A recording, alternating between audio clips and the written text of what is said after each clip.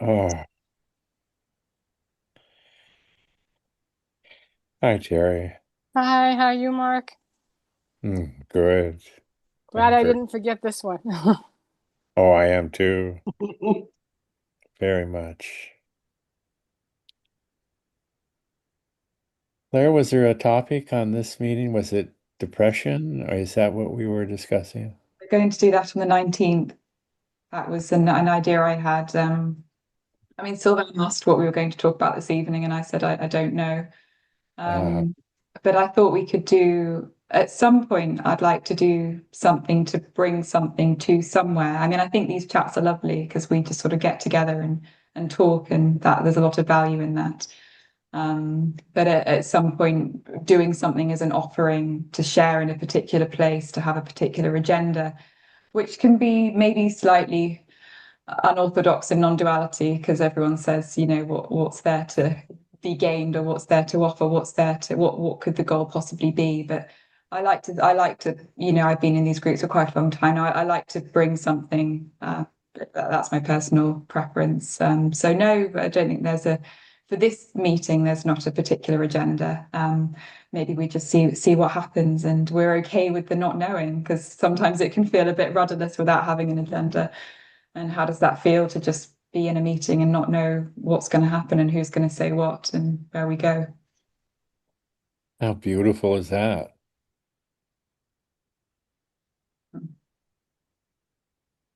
I was just going through my notes from past meetings, just I scribble stuff as stuff comes up, and I read what could be more beautiful in the story,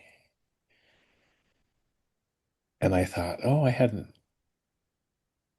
either hadn't remembered that or hadn't thought about that, but it was scribbled down, and I was thinking, what could be more beautiful than the story of of humanness,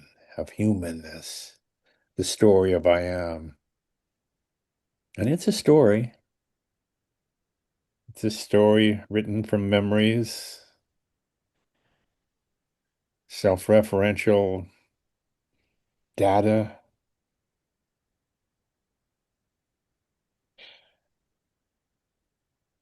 My good friend, the philosophy professor,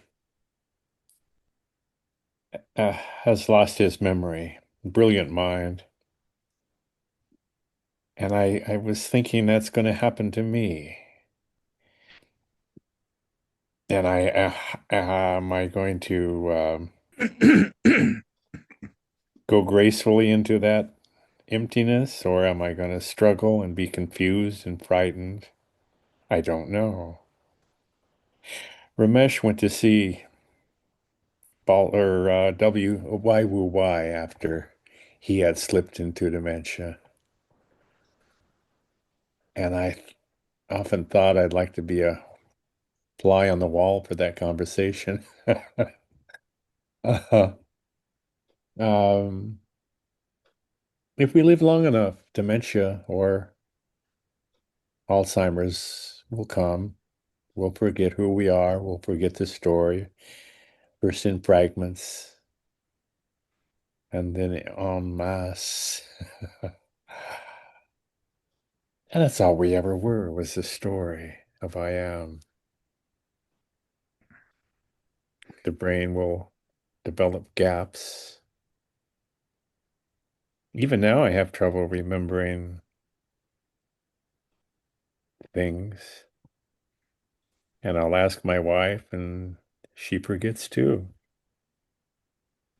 That seems to be all right at this stage.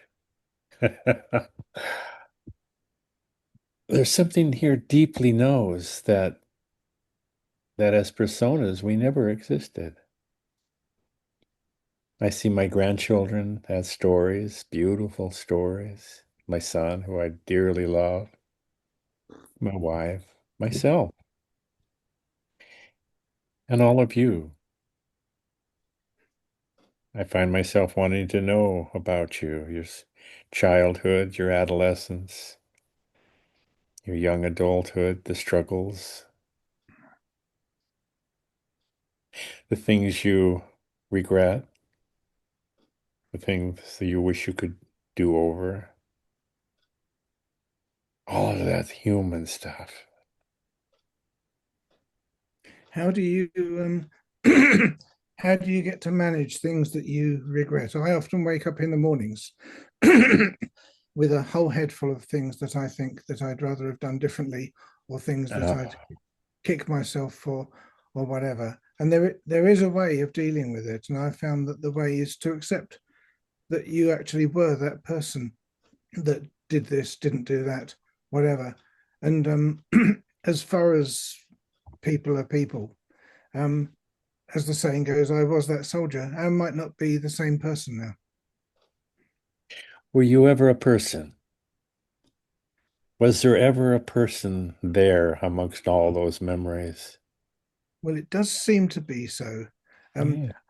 and I have understood at different times that it's not that. But for the most part, as far as everyday stuff is concerned, I am still a person. I'm still separate. As soon as I get to my skin, everything else is outside of me and the Mm, rest is inside of me. This is my day to day experience. I have, in times previously, been completely disintegrated and left that and reminded what was left of me that I shouldn't forget it.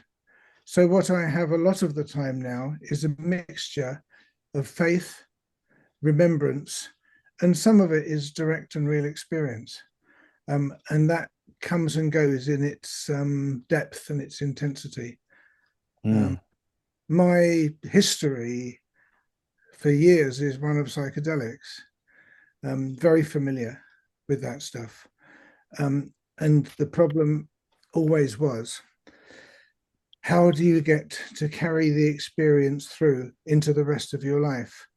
And when I was in my teens and early 20s, I thought that if I made a little gap as I could between those events, that it would work like that. But of course, it doesn't. And something has happened in the meantime. I don't know at which, I couldn't actually name a particular point, but the change happened, the change was made. And I went from feeling that psychedelics were the only way that I could be let in to mm, seeing this, to having what I'd always wanted, which was to understand that there's no cutoff point. You can't say, you know, I'm tripping now and now I'm not. There's no sudden switch. It's all the same trip. There's no psychedelic experience that's separate to the rest of your life. It's all the same experience. And I never thought that I'd be able to say that. And I never thought I'd be able to say that I've superseded my use of psychedelics and have done for quite a long time. Um, and even as I say it now, it sounds too good to be true. And it sounds like one of those things that people say to big themselves up, to um, make a meal of their so-called spirituality. And it constantly surprises me that no matter how much I look at it, that seems to be what's happened. And you know what? It's so everyday and it's so ordinary. And I wouldn't mind betting that if, say, 20 or 30 years ago, somebody had suddenly put me in the headspace that I'm in now, I'd have thought I was high as a kite and been amazed. But it's only real when it's every day. It's not real when you feel high. You think to yourself, wow, this is a fantastic space. I mean, I can see whatever. And sure, it's great. It's very inspiring. It's exciting and everything. But the fact that you see it as a change, as something which is different to how you normally see things, um, means that you're not actually believing it. You're actually just a visitor. When you are every day with it, it's, you couldn't call it being high. You couldn't call it seeing, having super duper insight, vision, etc. It's just simply the way it is. You're who you are, whoever you are, or whoever you're not. It's a moot point. It comes and goes. And I do remember more latterly the last few times that I used psychedelics in heroic doses. I would arrive at a peak point 4 hours high, and there's no more visuals. And to all intents and purposes, I'd be absolutely straight. In another way, I wouldn't be, but everything was completely normal. And that was the crossover between where psychedelics end and the rest of your life carries on.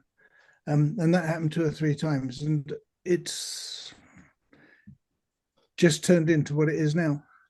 And I remember all those times with fondness, and and sometimes in a way I miss them, but there's no need anymore, no need at all. Which, again, to hear myself saying that is something that I used to say because I thought it sounded like something that you should have or something that you'd like. And I'm endlessly and constantly delighted as I remember and remember and remember again that this is how it is now. Mm. And it makes nothing special of a person. It's not, I mean, you have this idea that somebody with some sort of insight, like I'm talking about, should be a particular way in a particular thing. And no, I get pissed off at all sorts of things. I get happy, I get sad, I get depressed, I get anxious. All the things, all the normal things that people have happened to them, happen to us all, happen to everybody. And they don't reflect, it's not a reflection on what you see and what you don't.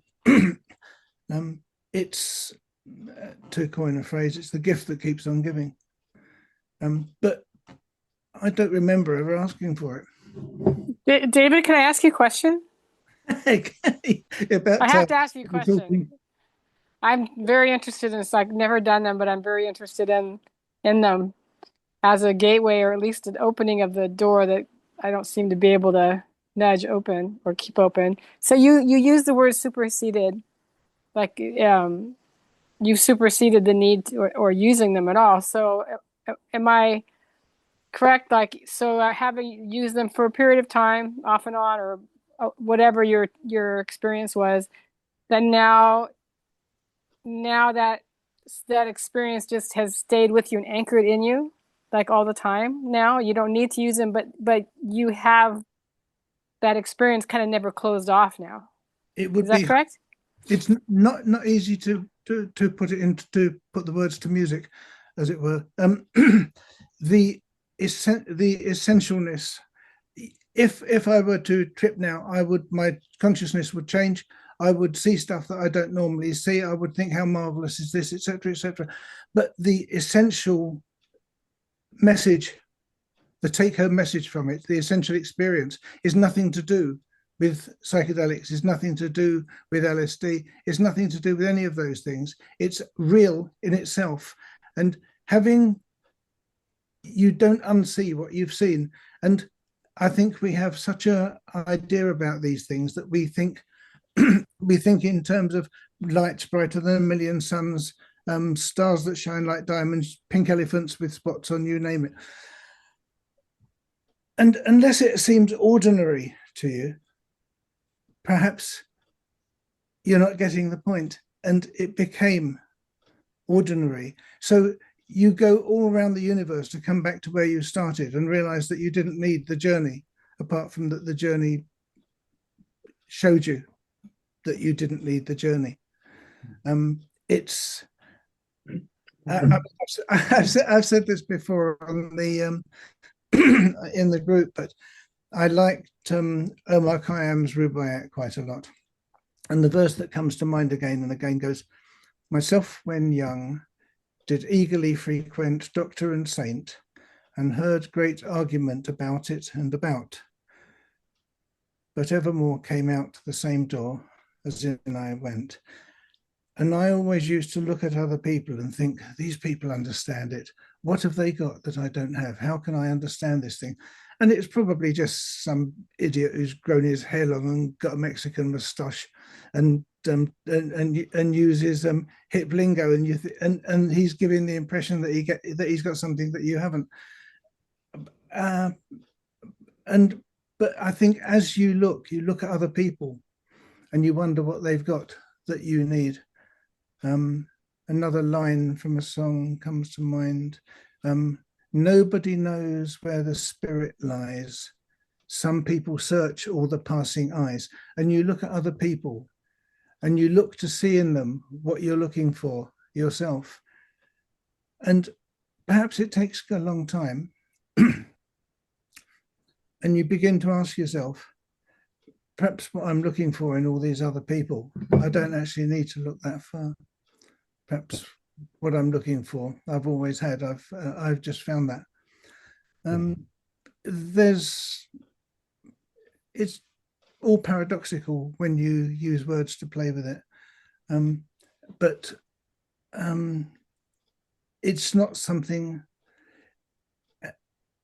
As Ramdas said, it's the only dance there is, and everyone's playing it, whether they know it or not, whether they can. I mean, here we are putting this stuff into words. And it's because all of us have seen something, all of us have tumbled to something. And it's it could be fantastic deep visions, it could be glimpses, it's whatever.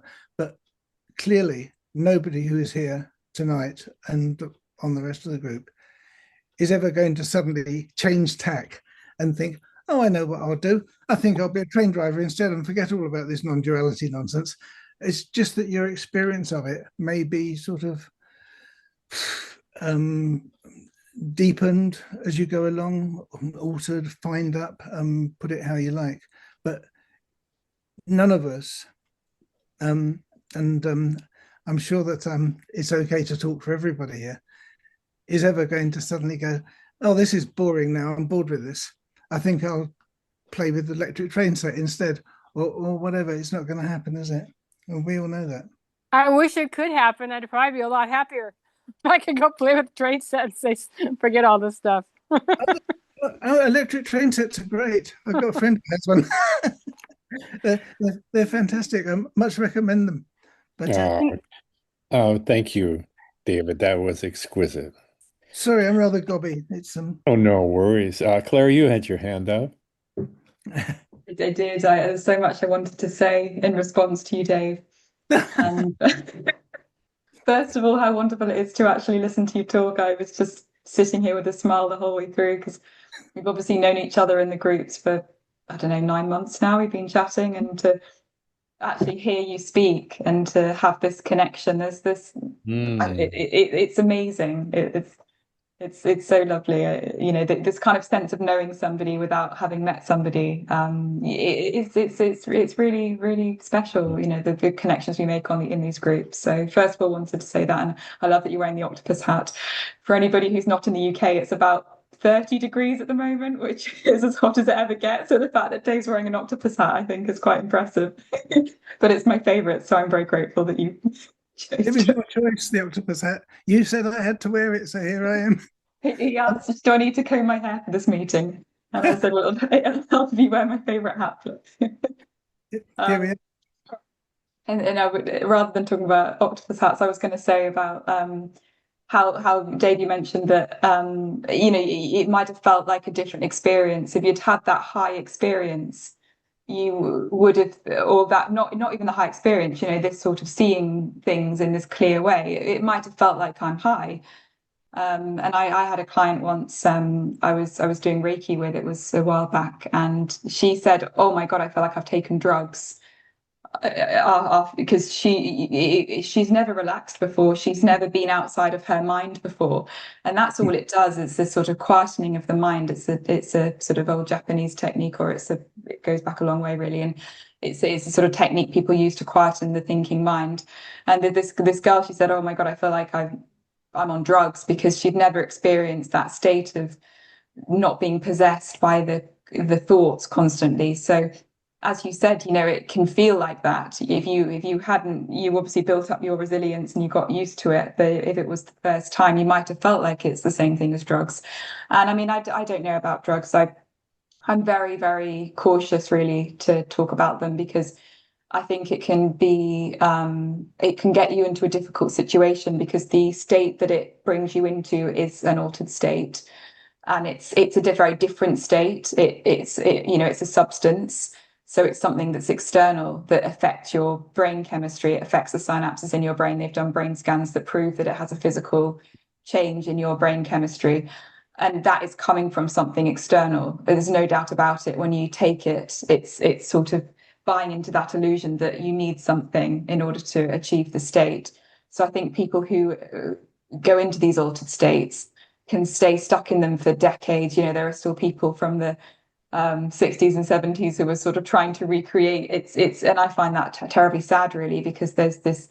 I mean, Dave, I think you're great because you've managed to integrate that and to say, well, it's not the drug. I can get to the place that I was seeking before. It's great to see rainbows and whatever else you see when you're on LSD. I've never taken it myself, so I don't know. But it must be great to sort of see these things for sure. But that's not really what people are looking for, I don't think. I think people are looking for what we're all looking for, which is the end of the thinking mind. It's the end of the suffering. And anything visual, anything auditory, yeah, sure, that's nice. But that's not really where the gold is. The gold is in the peace. It's in the end of the thinking, which has got nothing to do with the drug. But it's very, so for me, it's quite a nebulous area because the two can get quite interlinked, I suppose, and people can get confused, thinking that the peace they experience perhaps with the drug is the drug, and it's not. And then to sort of separate the two out can take decades, possibly. So I think I would be really cautious, actually. Anybody who hasn't taken drugs and is thinking, oh, that's the answer. I would say it's not, to be honest. I'm not sure. I mean, you can't, but then again, I can't say that, can I? Even though I just have. I'm not sure what anybody else thinks about sort of what to use on the path. I mean, I use therapy. I took cannabis for a long time and found the similar thing to you, Dave, that it unlocked something in me. Meditation, walking in nature. My friends, what more do you need? I don't know. The sunshine. I don't know. You can't ever say to anyone, this is the way to do it, because everyone's so unique and so different, and everyone's paths are different. So all we can do is share our experience, and that's my experience and that's my perspective. And yeah, I just wanted to say it's so nice to see you again, and nice to see everyone. But it's because we've not spoken before, so it's particularly lovely. I always used to think that it was as simple as just taking the substances, that it's instant, cheap enlightenment. Because that was how it took me. And I was puzzled that I would, when I was younger, take people along, and mostly they were happy with it. But I remember plenty of occasions when I was puzzled because, for example, when I was with John over Hampstead Heath one time, and he decided that he'd run around the grass on all fours barking like a dog. He was ever so happy. And I was getting really fed up with him because it was a complete waste of an evening. So that was how it took him. And it's almost as if it enlarges on who you actually are. But what I was going to say about your suggestion that it's external is that the stuff that you take and the effect it has on your physiology is external. I suppose you could, in a way, possibly very simply say that when you're in such a condition that your senses that you normally rely on so much become unreliable. So people make a lot of stuff like, seeing sounds, or the senses cross up. And when this happens, you almost divorce yourself from all of them. And they're your normal method for perception of your situation. I mean, your whole experience is an internal experience. Your senses convey information to you. Your experience is always inside. There's no inside or outside. It's all the same side. And when these senses completely cross up in such a way as you may be amused by it or fascinated or whatever, but it becomes commonplace. And the bottom line is that you can't trust your normal method of identifying things around you, of identifying yourself, of having an identity. And it actually automatically works into dissolution of self, dissolution of ego. And I can remember the first time I understood this was that I had gone round with my then girlfriend to see some friends, and I the whole thing was quite new to me. And I heard her. I was just minding my own business, sitting in the corner listening to music, and I could hear her having a sort of almost a psychedelic argument with Mike. And the topic was whether you could completely lose your identity and dissolve, because the sensory stuff isn't real. The sensory stuff is just stuff from the outside. But to actually lose your sense of individual identity and disintegrate is something else altogether. And Mary, who was seen by me at the time to be part of my own mind, was frightened of this suggestion. And our minds, our separate selves, are frightened of the idea. We're frightened of death. We're frightened of dissolution. We're frightened of dissolving. It's all very nice talking about the drop of water in the ocean, but it scares us to death. Mike was quietly insisting that this was the whole point of doing it and that this was possible. And I suddenly, it was almost like, you know, those posters where you see a 3D image if you stare at it the right way and it suddenly comes into focus. And it was like that. It was just like falling into understanding that Mike was completely right. And that the little bit of Mary that was objecting to it was the bit that holds us back, was the bit that stops us from disintegrating. Why should we want to disintegrate? The bit of us which is saying so happily that it wants to disintegrate is the bit that's stopping us from that disintegration. So here we are talking about non-duality, spirituality, disintegration of the ego, all that stuff. And we're doing it in a desperate attempt for it not to happen, because the bit of us, which is us, actually is looking at its death, is looking at its end.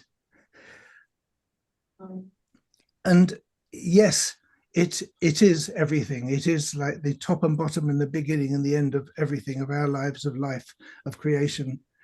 And here we are digging our heels in frantically to avoid it. No point, because for all of us, the river's seen the sea. And you can dig your heels in, or you can try and encourage it. Make no difference to it. The process is going on. Nice, isn't it? It's a luxury. Thanks, Dave. Thank you, David. Oliver. Oh, sorry, Michael, yeah. you wanted to say something. Oh, no worries. Yeah. In this meeting, we found it much more cohesive if we raise our hand before we speak. It just kind of works out in the long run with no crosstalk. But Oliver, you wanted to say something.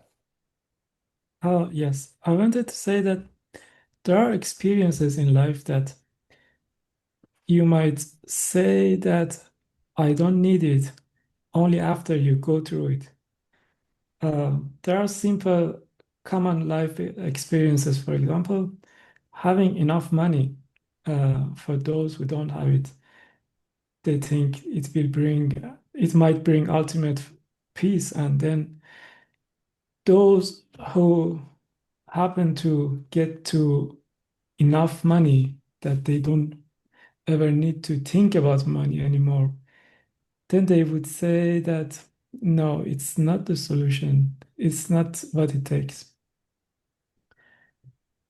Or in more psychological or spiritual aspect, there are different practices that only when you do them, then you can say that it's not necessary, because now, due to that experience, you have seen something that you hadn't seen before. So it might also apply to psychedelics, that after experiences, you see the possibility, you have experienced possibilities that your mind couldn't comprehend it before. And then after you've gone through it, then you can say that, okay, it might not be necessary, but you say it just because you have experienced something, you have explored some possibilities that your normal thinking mind couldn't understand. Not that it's a mental process, but even that thing which is beyond the mind is not something that can normally in normal life happen. Claire, you had your hand up. We're just going to ask Razia if you want to go first. Ah, Hi. Hi, everyone. Hi, Nice to Razia. see you. Hi.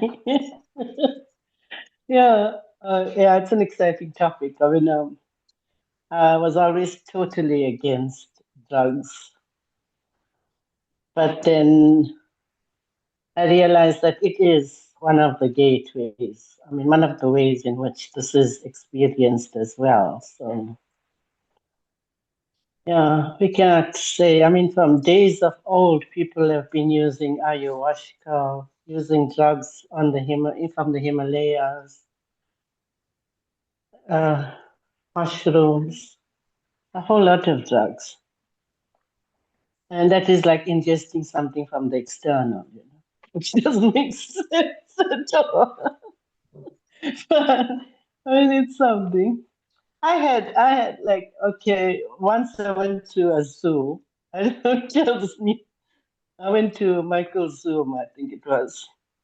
And yeah, while I was listening to Michael talking, and towards the end of it, I could feel like, yeah, right here between my eyebrows, it was. I could feel like a little bubble.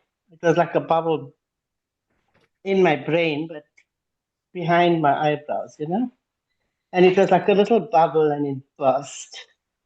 And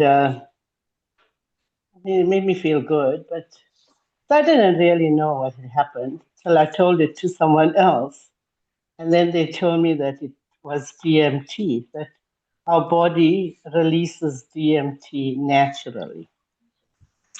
So, yeah. So, I mean, although we might not be ingesting it, but even if our brains are like forever releasing drugs, if you think about it. Like when you fall in love, there's a whole lot of chemicals released in your brain, and you're feeling on a high.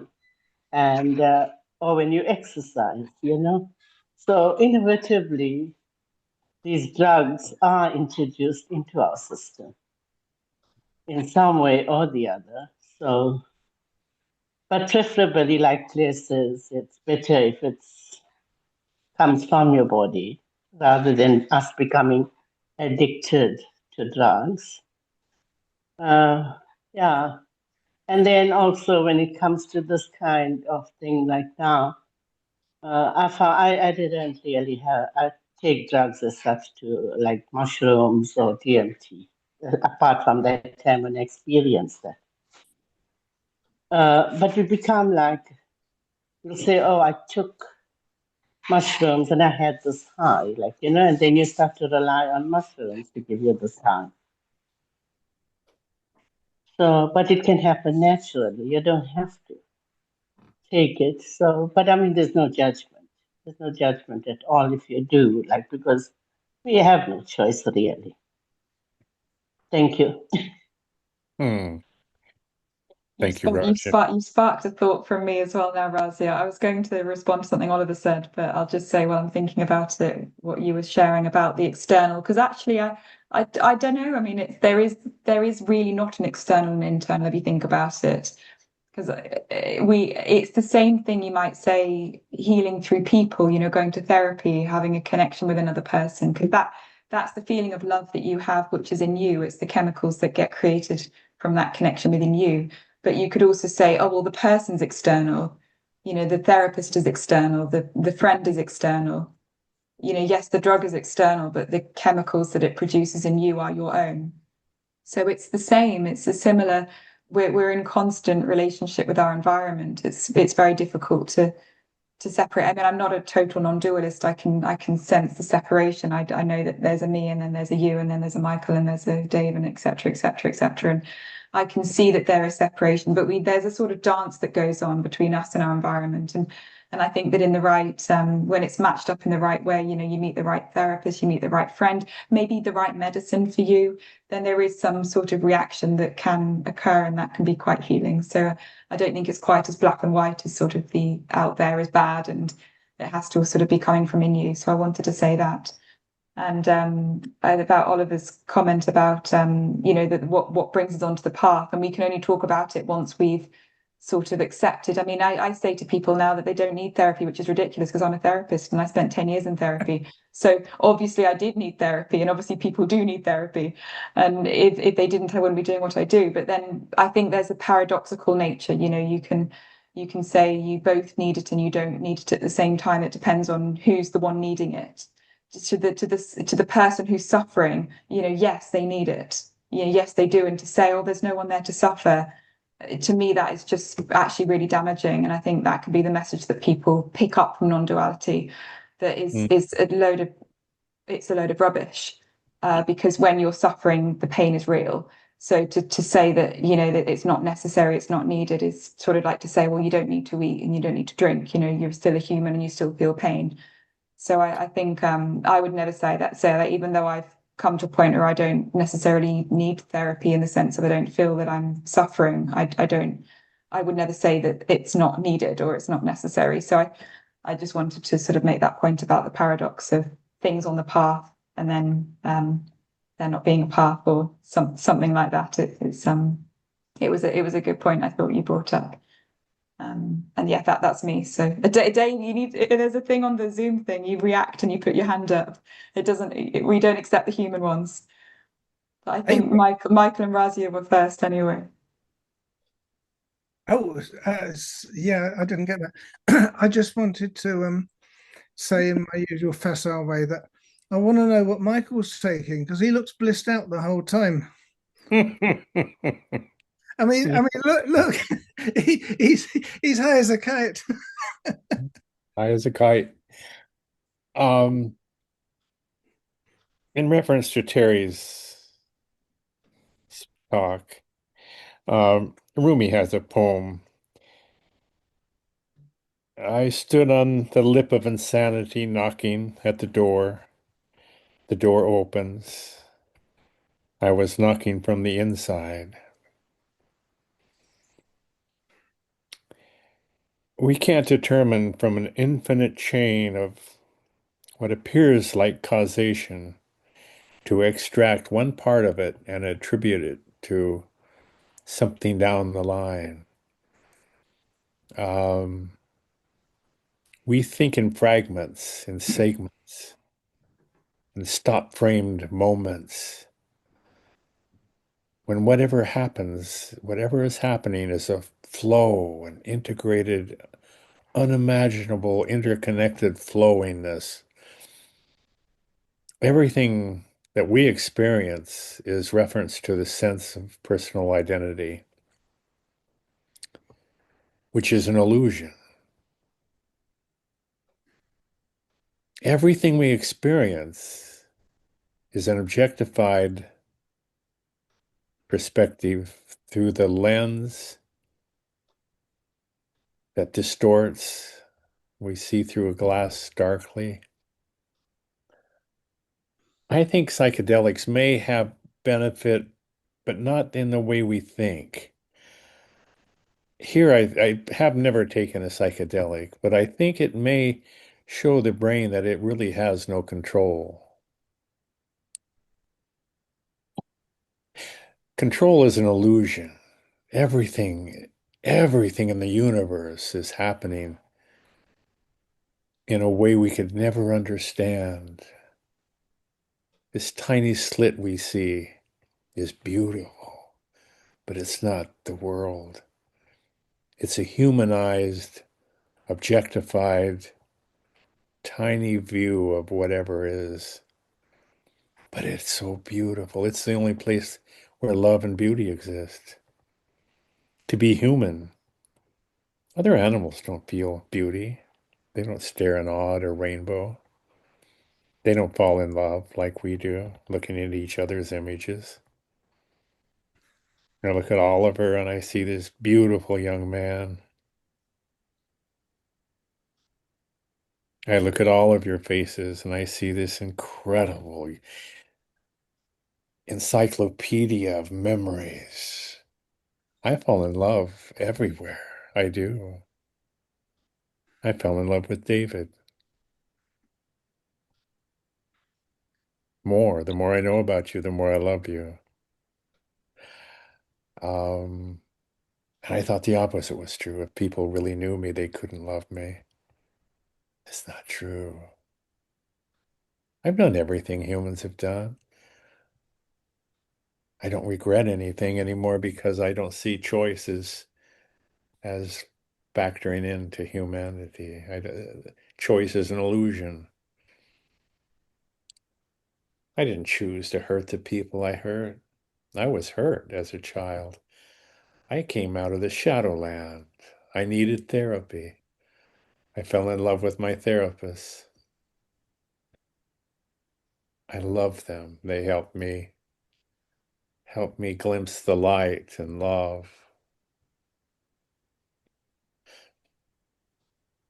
There is a place in the brain, in the mind, whatever you want to call it, where there exists a peace that passes understanding, and how we get there, no one knows. I wake up in the morning not in bliss, but sublimely content. I have no idea what's going to happen. I could lose any one of my 4 grandchildren whom I adore at any moment. But while they're here, I'm going to love them. I hold nothing back from them. I hold their face and I tell them I love them. If I could sit with you in the same room, I would hold your face and tell you I love you. I was in Alcoholics Anonymous for years. I didn't want to quit drinking. I didn't believe in God. But somehow I fell in love with the people, and I saw there was a way out of my doldrums, my deadness. They loved me back to the center that we all gravitate to. We are a constellation of memories. We've all been around an empty center, a black hole. That's the deadness. That's where you lick the toad and you die. We never were alive. Oh, Claire, you have your hand up. Just wanted to share, I mean, anybody can talk, by the way. I just obviously like talking. I just wanted to say something about suffering and how refreshing it is to be in conversations where we actually do talk about it. And Michael, I really appreciate the things you share, you know, your story and what you've been through. Because as you also say quite a lot, that's where we have compassion for people, but we've had this experience.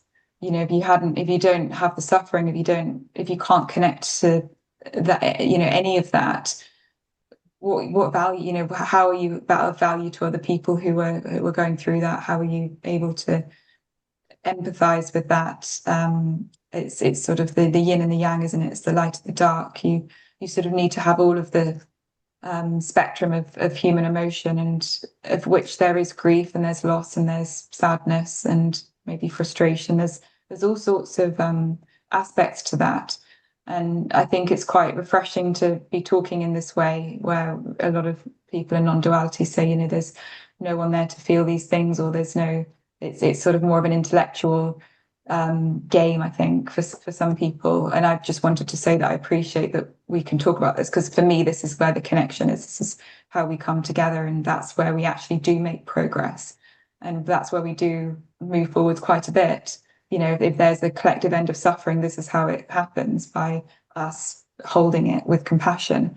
So yeah, that was all I wanted to say. And Rowena's got her hand up now.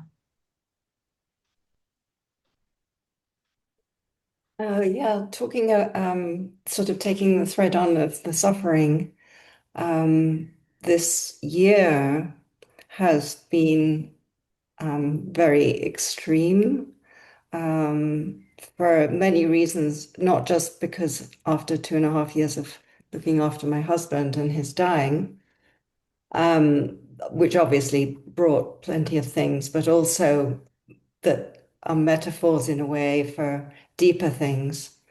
And my awakening, first sort of glimpse and sort of deepening of that was really just in awareness, because I'd always been very, in a way, dissociated. So I'd never been in the body, and the suffering and then really meeting it and just staying in the body more and more. I mean, sometimes like for, I don't know, days with the same thing. And then finally there were sort of like movements, and each time there was a movement of freeing, there was more descending into the body. And so it's funny, but because it's not really something that is talked about, but as there's an ability to look at any little thing, that any little belief or story that's being made, and realize that underneath that there is a root of something which is uncomfortable in the body. And that can be go because the story can be let go of. I mean, it's believed for a little bit, and then it's like, oh no, that's just a story. And finding the root, there's now the experience is much more of a full embodied, sort of like potent, sort of embodied type of experience. I mean, it can move around and come and go, especially daily mind. Just like David was saying, skin stops here, but when the quiet times, and then that can be allowed in. So it's like everything's being anchored deeper and deeper. So that's just a different shared perspective. So. Everyone's sharing the same thing, it seems, Dave and Rowena, and this was my experience, or this is my experience. There's a sort of the integration comes, it seems, in sort of waves. You have the mind insights, and then you've got the body, you sort of ground it in the body, and then you have an insight that you ground into the body. I'm trying to think of a metaphor, but I don't think one's coming to me, but it is, I don't know, maybe sort of catching rainwater or something, and you store it in a container, and then you sort of say, okay, no, that this is, I'm contained. I feel like this is me now. You've got that sense of separation. You've got that sense of containment, and wholeness maybe. And here you are, and here others are, but at the same time, you're made up of the same thing. And it seems to be there's something that gets fragmented as maybe children, where we're somehow that sort of seems to go a bit frayed or fragmented, or that it doesn't seem quite so whole, or and then you've got to put it back, and there's a bit of integration, there's a bit of a process, there's a sort of journey that you go on to put Humpty Dumpty back together again after the sort of seeming disconnect, or something that feels like it's gone a bit awry. And I just think people are amazing. The work that the investment that goes into this, and the years of figuring this out, and resilience, because not everybody does this. Most people a lot of people I talk to wouldn't have a clue what I was on about when we have these sorts of conversations. And it seems that there's a contentment to sort of to just get on with the practicalities, and that's great. That's absolutely fine. But to do this work, to do the kind of healing, or the real healing work, I think people are so courageous. And I know, Michael, you say you see warriors everywhere, and so do I. It's just particularly the people who are willing to face all of this. It's really amazing. So I can really relate. And what you shared, I think you commented on one of my posts a few days ago, that I really heard that as well from your experience. So yeah, that's all I wanted to share. Thanks. Can I butt in and say, firstly, I found myself holding my hand up like this when there's a little symbol that appears in the corner of the picture, but I can't find it anywhere. So if you go to the bottom of your screen, Dave, there's it says react. It's it's, if you click on that. Oh, got it. Yeah, okay. And there's the raise hand option. Yeah. Oh, I see that. You can do that too if you like. Oh, what do I do? Oh, yeah. Oh, look at that. Amazing. Oh, yeah, that's fantastic.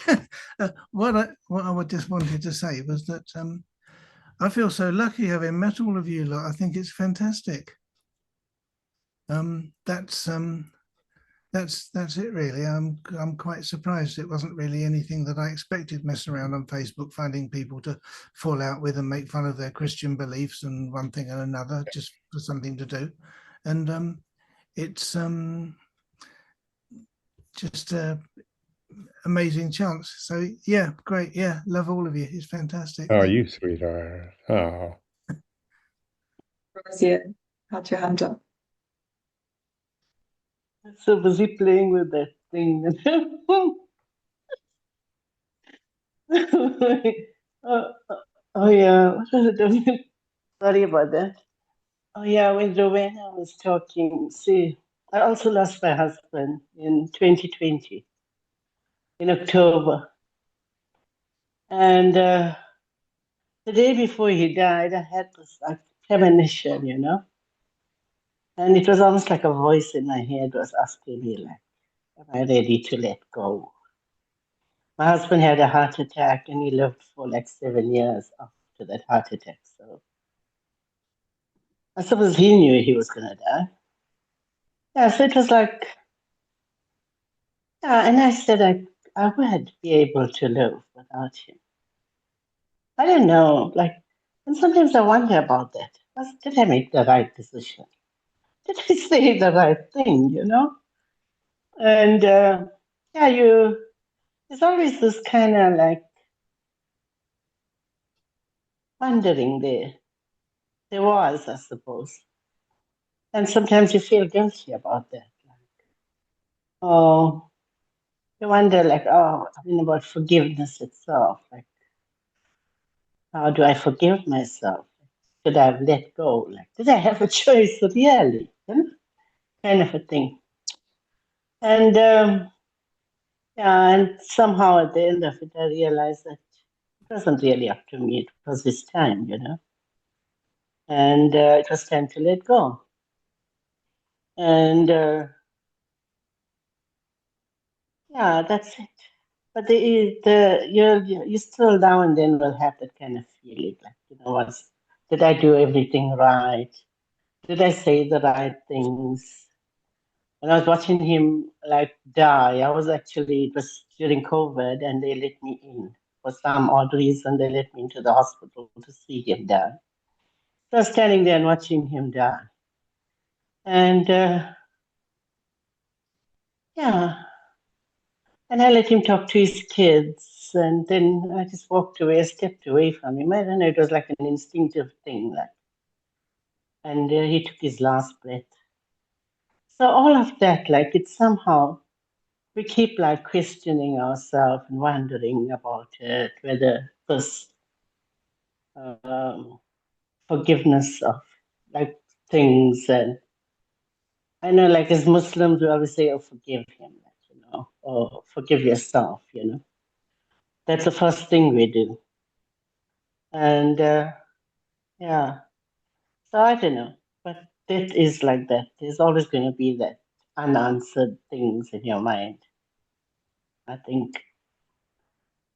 And that sadness never goes. It's always going to be there when you talk about the person and you're surrounded by everything, around you. So, but all I do know is that during that time after he died, it was like all these people that I knew, it was like Nancy and Michael and a whole host of other people were there. And somehow it was like I wasn't alone in this. And that helped a lot. And time heals. So I don't know, Rowana, if that helped or anything, but yeah, we all go through that terrible loss. You never really get over it. But that's who we are. We are that humanness. And this other side of us doesn't even know pain. I don't know if it does. Because I mean, look at me like laughing now.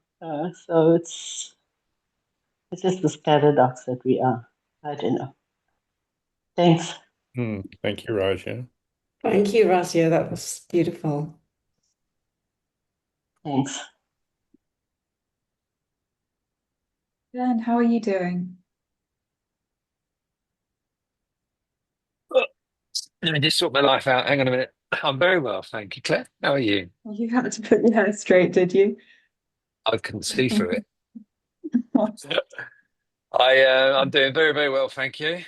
Um, yeah, it's been a big week for a few people on my journey, which has been very nice. A few people welcome to our group. And sitting here listening to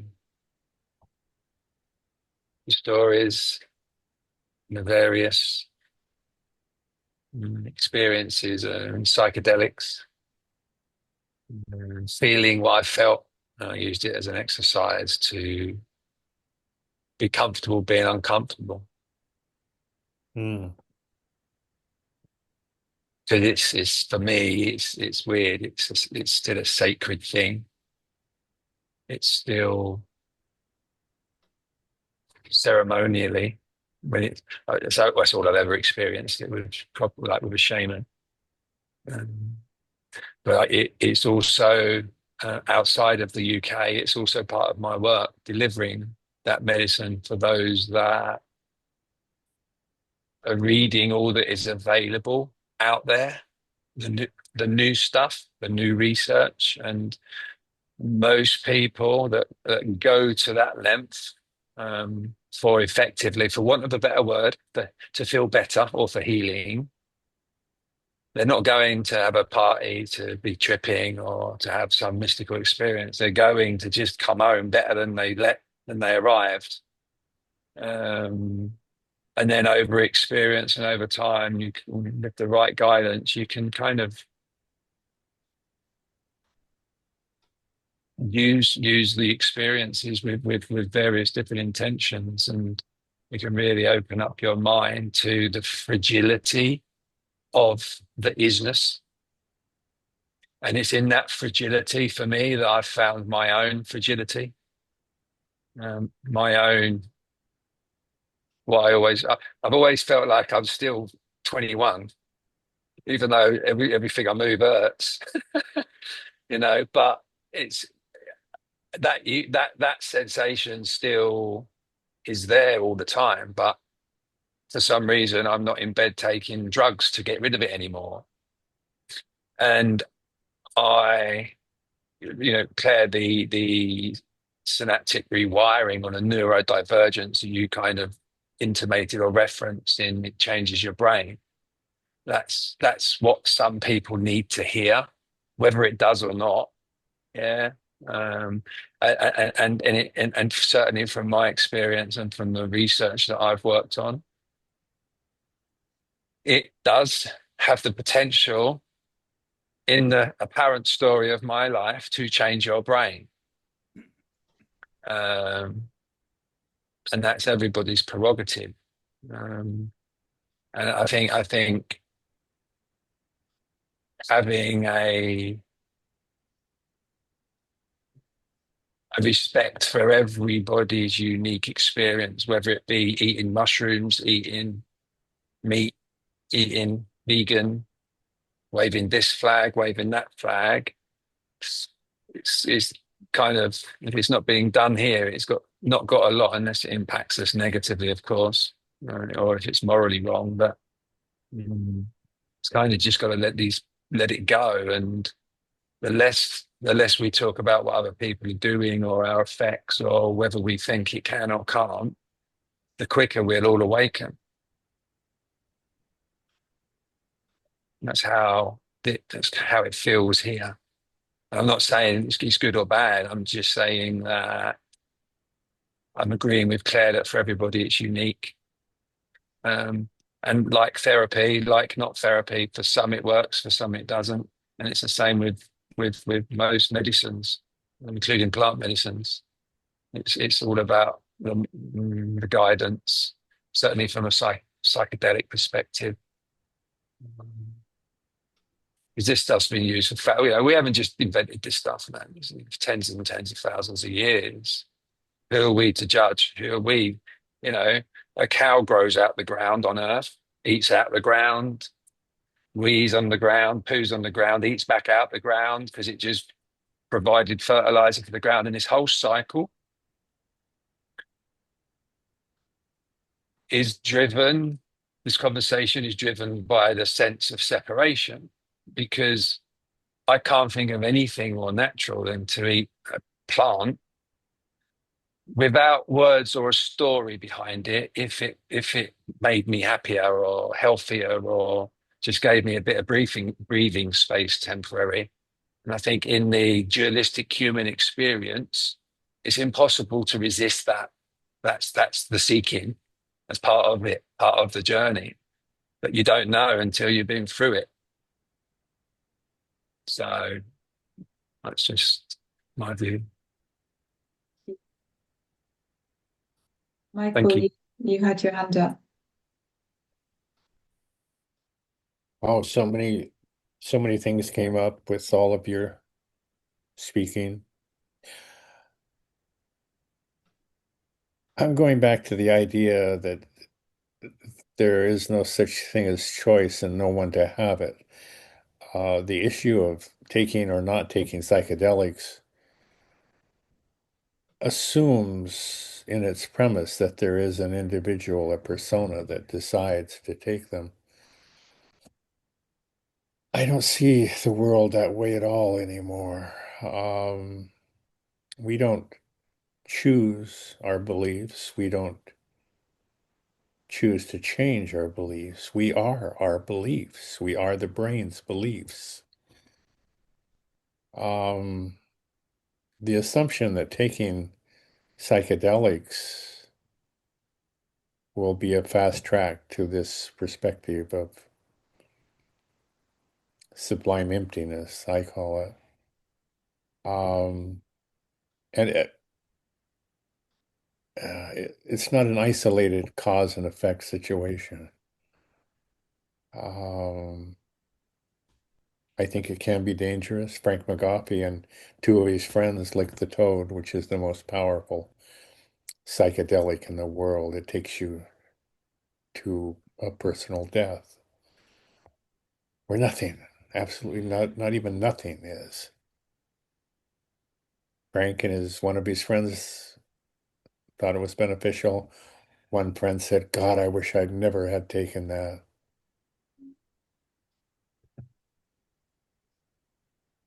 When one factors choice out, forgiveness becomes moot. There's nothing to forgive. It's just all this human interaction that happens by itself. No director, no composer, just the dance. We'll never understand who or what we are. No one ever has or ever will. No one knows more about this than you. There's nothing to know. Here we are. We'll never know what we are. And we're here for a brief moment. If you're fortunate, your hair will turn white, and you'll get to experience old age with all of its pain and all of its loss. We all feel this loss. It's not really a personal loss. It's the light from the person we love the most is gone. The mirror is broken. We'll never see that light again. The depth of our mourning, we wouldn't want to go away. It does change over time. For years, I did bereavement, facilitated bereavement groups with widows and widowers. God, I found such love and such loss of love and such heroic heroines and heroes facing the raw emptiness and loneliness. and eventually merging back into the light of others. We don't exist except from the light reflected from others. One man or one woman is no man or woman. We exist only in each other's light. That's the love they talk about. Light is love. Love is light. When those closest to us die, the light is gone, and it's a hollowness inside. And we wouldn't really want that to go away. I've lost close relatives like you all have. I hope my wife dies before I do. I don't want her to go through the pain, but I have no control over that. Rowena.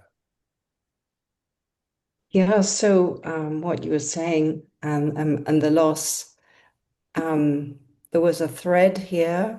Of course, yeah, the whole the space, but there was also a thread that I followed about the right to be because of having been in a way always in a serving position. And the personality type that I was always, looking to care for others.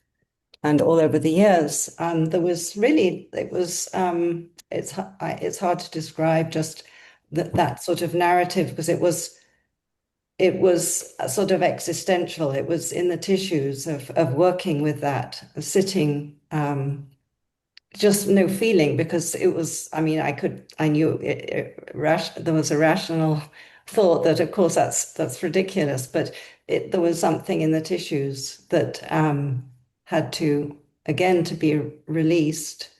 Um, and being what Vern said, comfortable with being uncomfortable and like, okay, it's always going to be like this. It's this life business, whether seen through with or without a self, it's always going to be. And then somehow, yeah, just letting that become more the norm, as it were. Mm.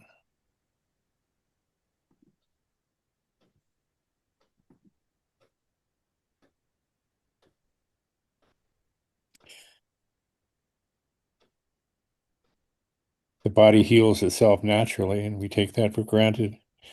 I believe the mind heals itself naturally. It gravitates to the center, always back to the center.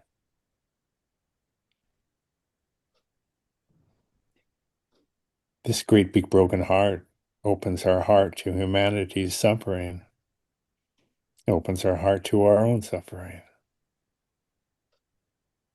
No one gets away without swimming in this river of pain. I'm amazed how some people struggle to keep their head above the water.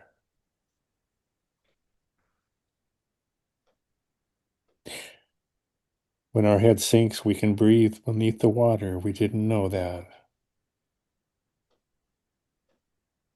There's something so wonderful in each of us.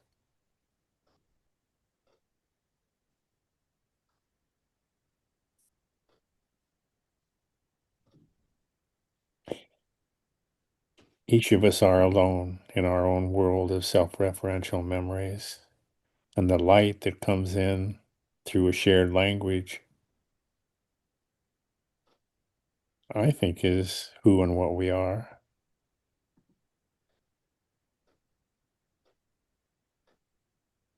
But I don't know. I don't care anymore. I just float along with whatever seems to happen.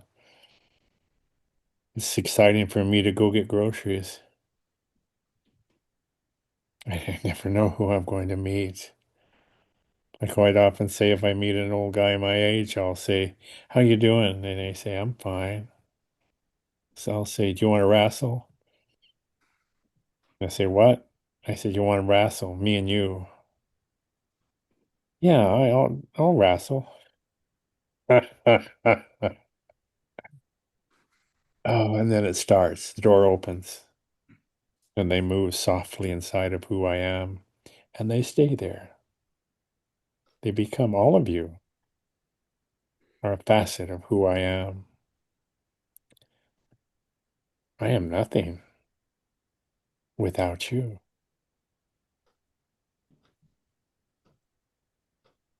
God, I love you. But it's really love of self. It's a love of simply being. Not love of self, really. There's no such thing as self, but it's love of simply being. Joy and awe of being, amazed that anything exists at all. I see puppies on the hillside. I think, oh my God. Uh, thank you all. We've got one more question from Dave. Yeah, hi. Ah, Listening to you, Michael, talking about the simplicity of the mm, joy of being.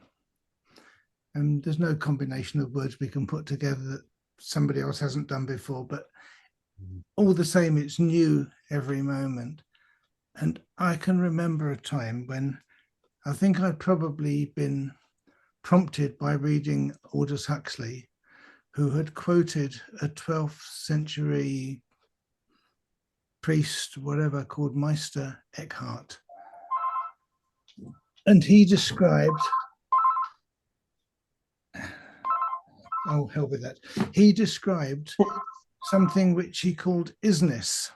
mm, And this must have sort of stuck with me because there was an evening where I spent what seemed like hours in hysterics at this discovery that everything simply is. And I couldn't find the words. I felt the need to express it for some reason. I don't think I'd bother now, but there we are. And I kept on repeating, it just is. And I was completely helpless with hysterics at this discovery that there's no up, no down, no in, no out, no good, no bad. There's nothing. Not even everything is. It just is. And I was delighted with this, and it made such an impression on me. And so, you talking about the simple joy of being sounded like the same thing with different words, the simplicity and the immediacy of finding it. That's it. That's just what I remembered.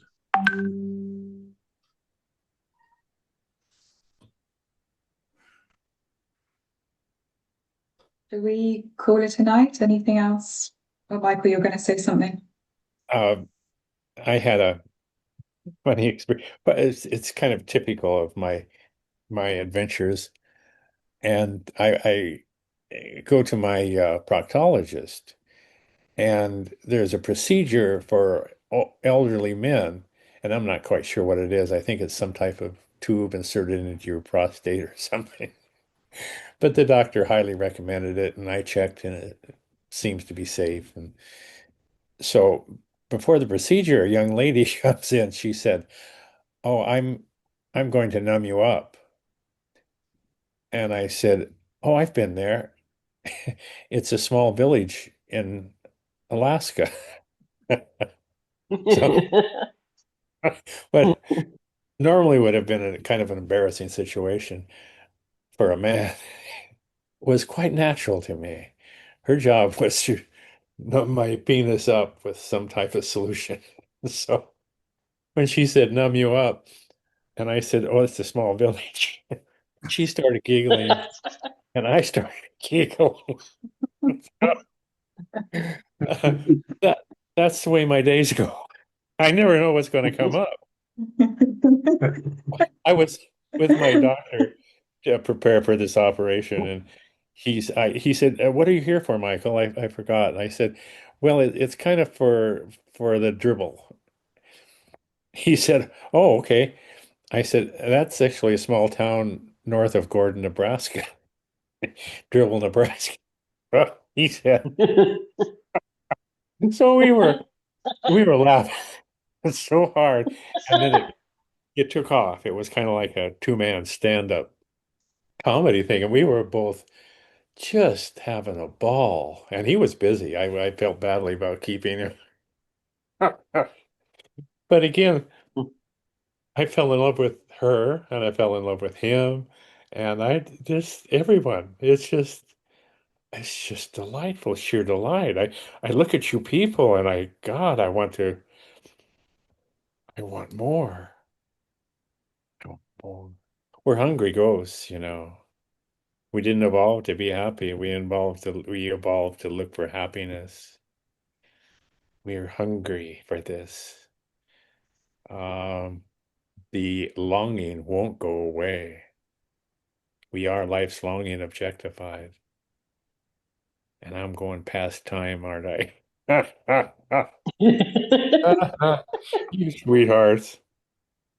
Oh, Claire, thank you for this meeting. It is so, Everyone. it's like dogs unleashed at the beach. Thank you. Thank you. Thank you, everyone. Thanks, We'll Michael. speak Thanks, soon. Grace. Thanks, guys. Love you Lovely to see Thank you. you, guys. Michael. Thank you, Claire. Oh, And Bye thank thank you, bye. you. everyone. Much Thank you love. Love you, all. Van. Good Tim, night. Bye-bye. everyone.